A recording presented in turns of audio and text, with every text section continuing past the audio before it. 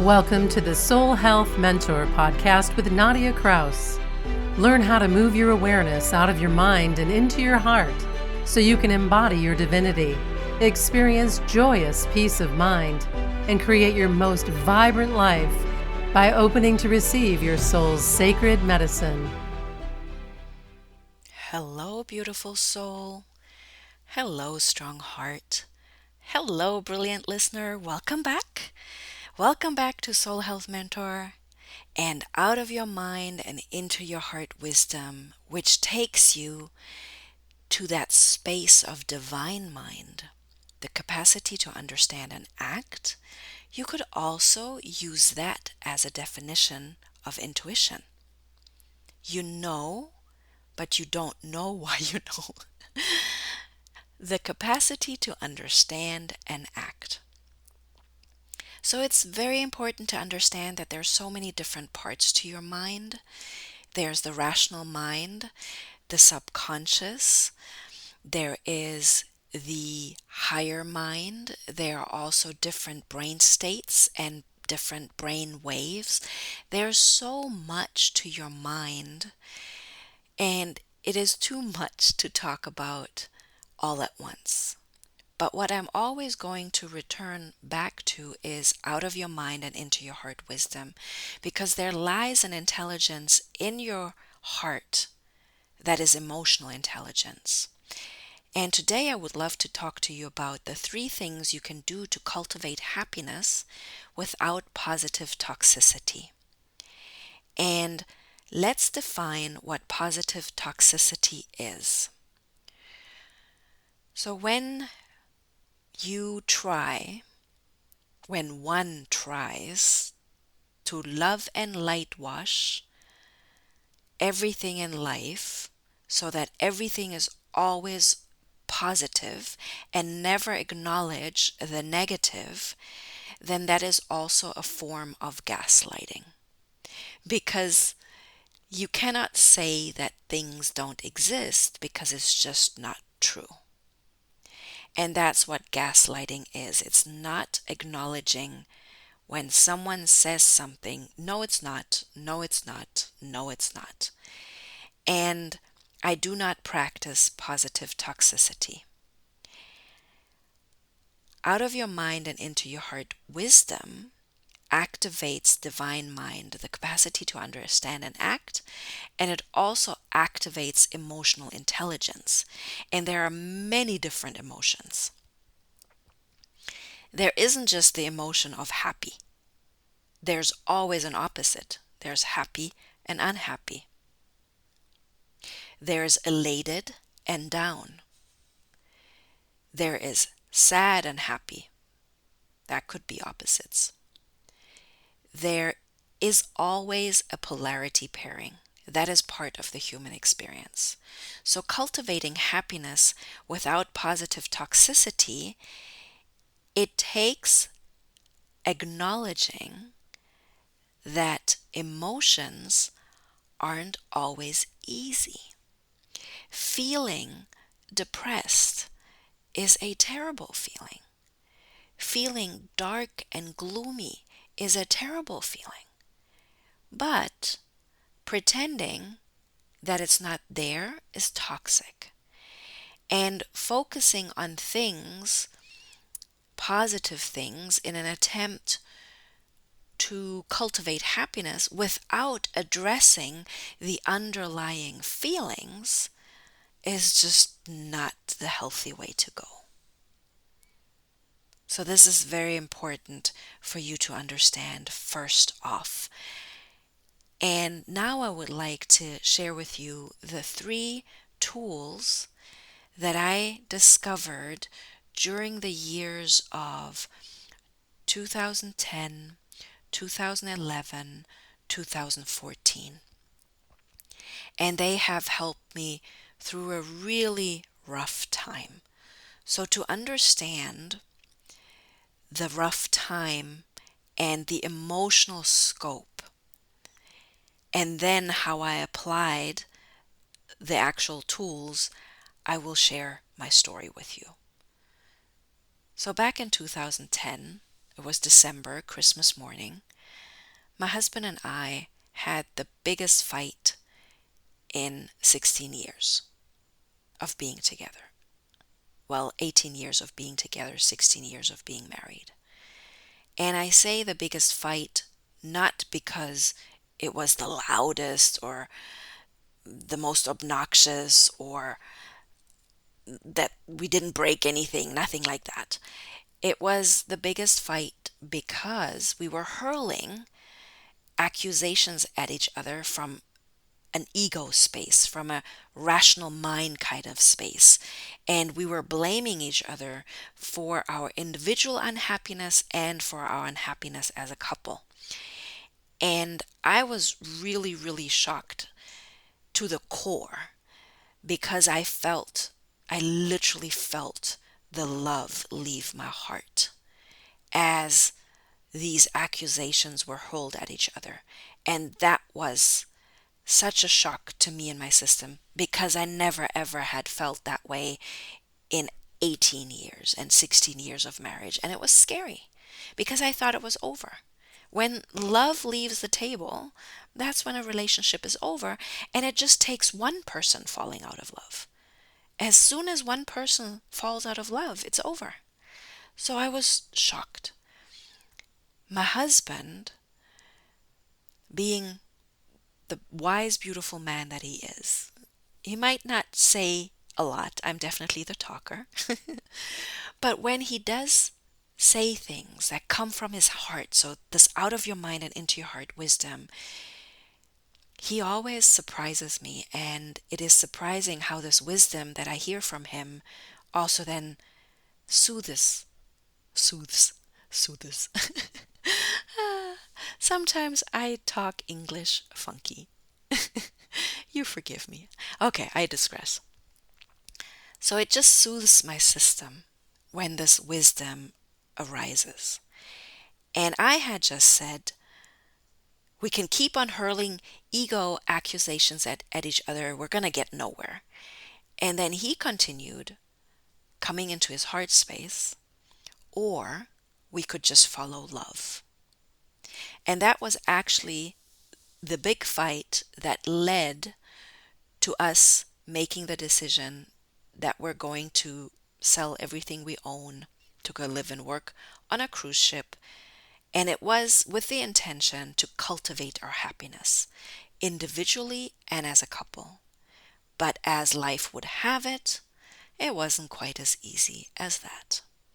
We were actually separated by the company we worked for. He worked on one ship, I worked on another, so we were separated for 7 months. It wasn't easy. My husband was lucky and found himself surrounded by beautiful, caring people, and he made a wonderful bunch of friends, and he had the greatest time with them while feeling sad. I wasn't quite as lucky on the ship that I was on because I was hired as a sports staff and I was the only girl. And I had nobody to connect with because guys are just different than girls. And I was told to not be a girl, to toughen up, to, anyway, let's not go there. It wasn't easy.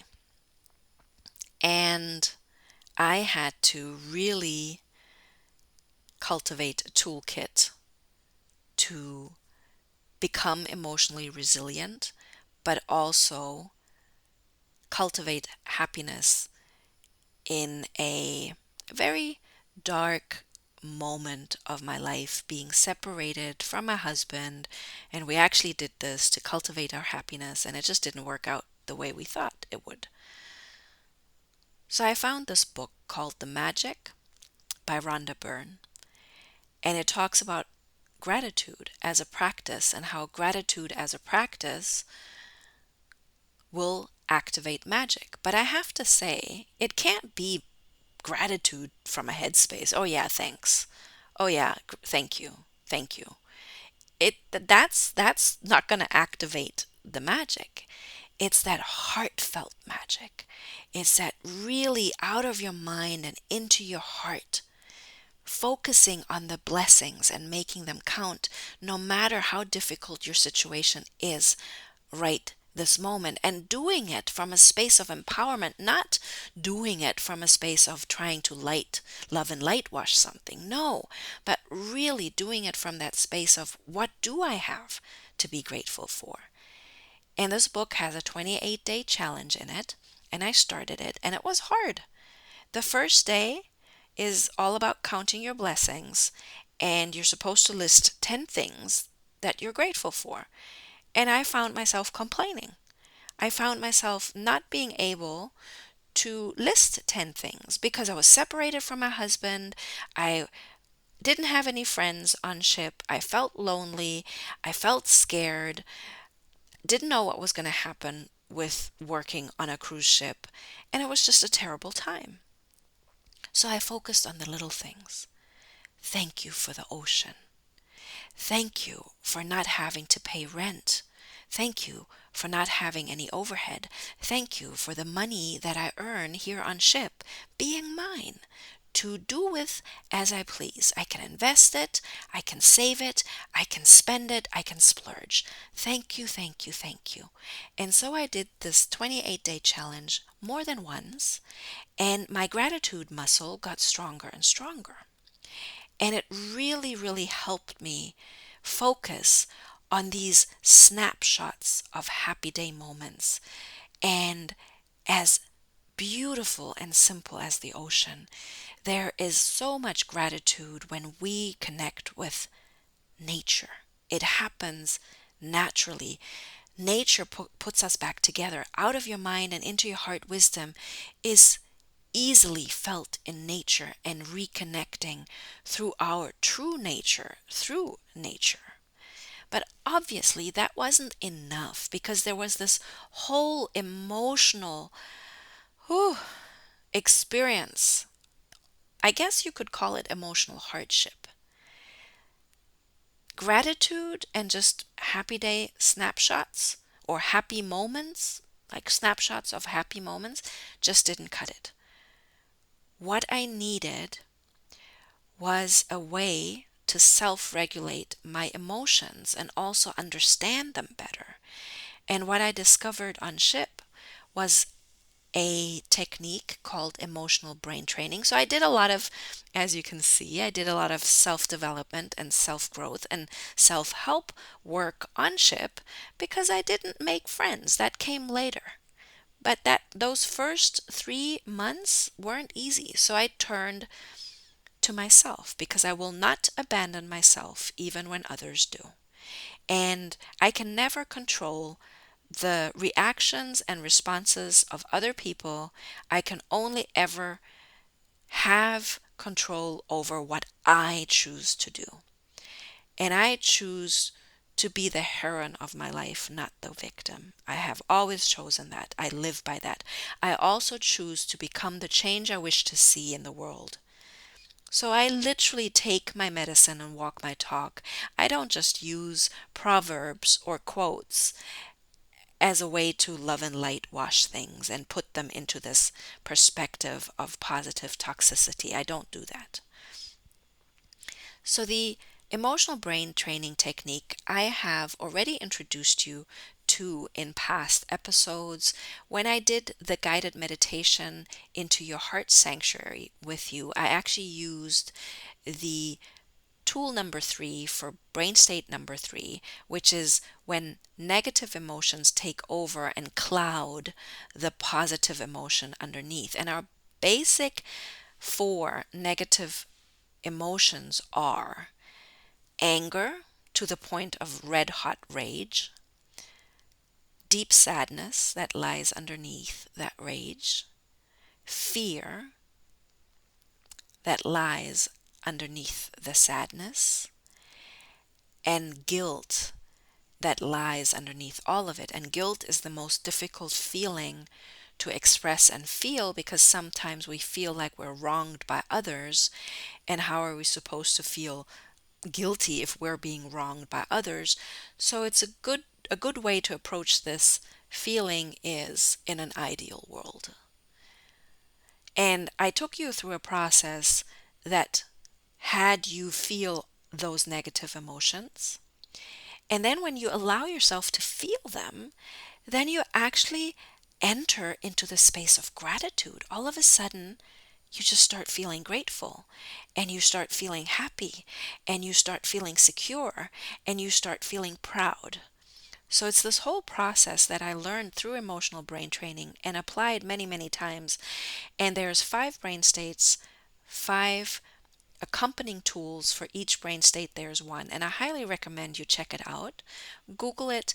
At the time when I was learning this self-regulating tool, it was still old school with manuals and books, and I loved it. I'm not really an app person, but now it is something that you can be taught via an app, and I know people love apps, and there's a whole community. I'm just letting you know that I learned it old school with workbooks and exercises and reminder cards, but now it has been streamlined, and I highly recommend that because it will help you understand your emotions and also understand how your brain is wired for stress and how you can rewire it back to joy, and how this wiring for stress begins in childhood, and how those stress circuits will also trigger you as an adult. But being triggered into rage or anger as an adult is actually the opportunity to rewire your brain from stress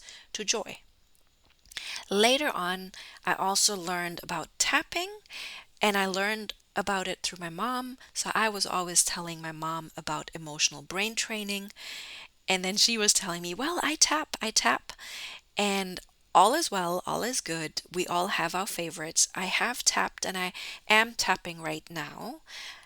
So I am familiar with it. I'm just letting you know that emotional brain training is my number one, and then the emotional freedom technique would be my number two as a recommendation to help you learn to self-regulate and to get to know yourself via your emotions, because that is necessary. If you avoid negative emotion, then you're going into positive toxicity, and that is not healthy.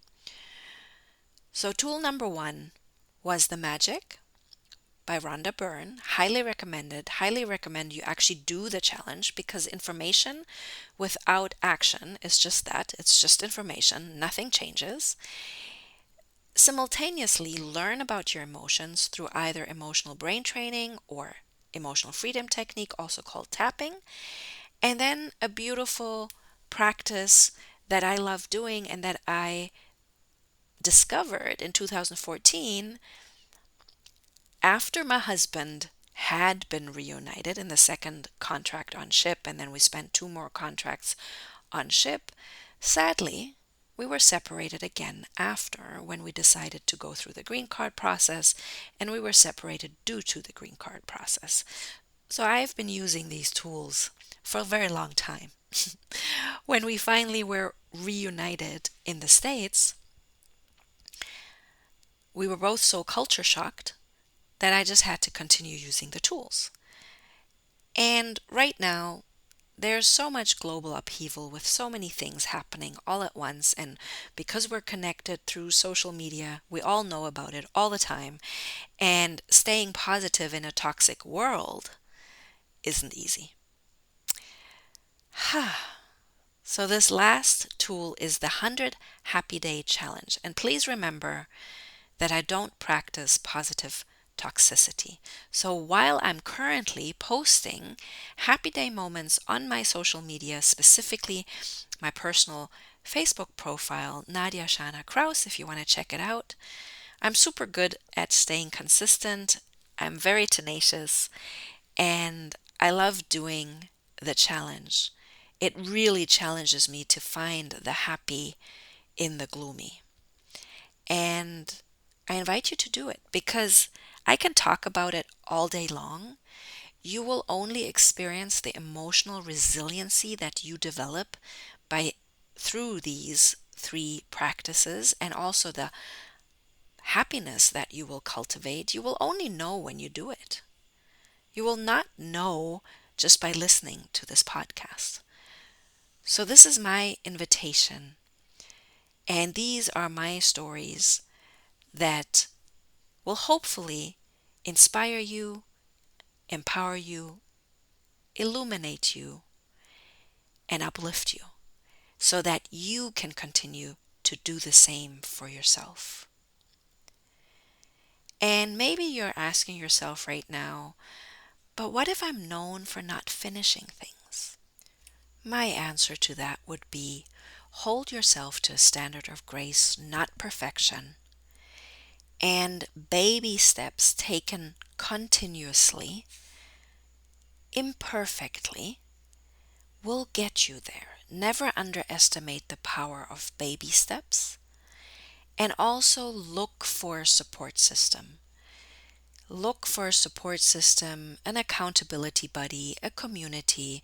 My invitation that I extended to come check me out on Facebook was for that reason. It is nice to see someone else doing something that you want to do, and you can hold each other accountable.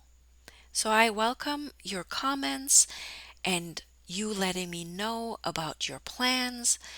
I would love to hear from you, and just know that starting is the most important thing. Starting, taking action, and then finding solutions along the way. I'm here to support you with this podcast, Soul Health Mentor, and obviously I am also here for you as a one-on-one mentor if you feel like you need support in any of this. You can always reach out to me via my website, nadiakraus.com. And next week, I will be guiding you through a process, a meditation, an active meditation of out of your mind and into your heart wisdom, a process that will connect you to your divine mind and your intuition so that you can learn to find answers, so that you can learn to turn inward and find answers, because that is something that is so important. While I applied all of these tools, yes, I did. It was my intuition, my inner knowing, my inner teacher that kept me going through all of the difficult times in my life. This is my invitation from my heart to yours. Take good care of yourself. Do what you need to do. If not now, when? If not you, who? And use the resources that are available, this being one of them. Thank you so much for being here. Until next time. Thank you for listening to the Soul Health Mentor podcast with Nadia Kraus. If you like what you heard, please subscribe, rate, and review at Apple Podcasts or wherever podcasts are playing.